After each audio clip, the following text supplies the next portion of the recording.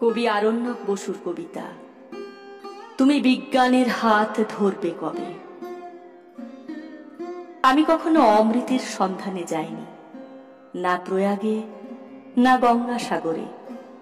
ভিড়ে কোণঠাসা রেল স্টেশনে ওভারব্রিজের সিঁড়ির রেলিং ধরে সেটিয়ে থাকি।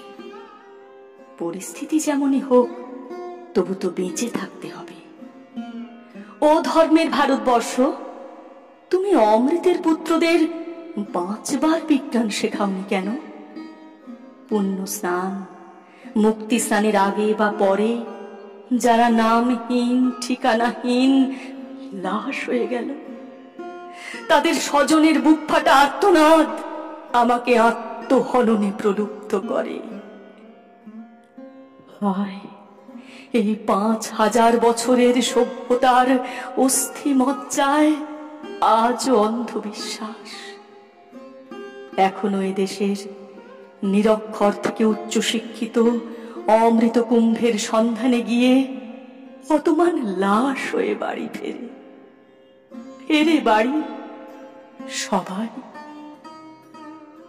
ঘর, ও ঘর, তুমি বেঁধে রাখতে পারোনি।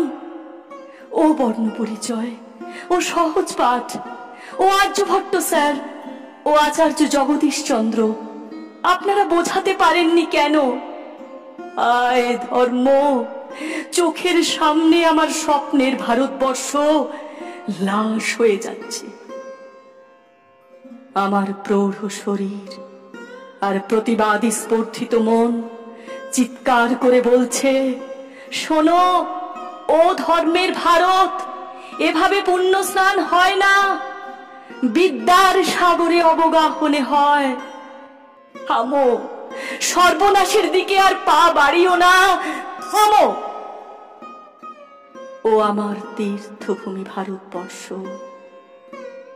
হায় অমৃত স্নান, তুমি অমৃতের পুত্র কন্যাদের প্রাণ ফিরিয়ে দাও।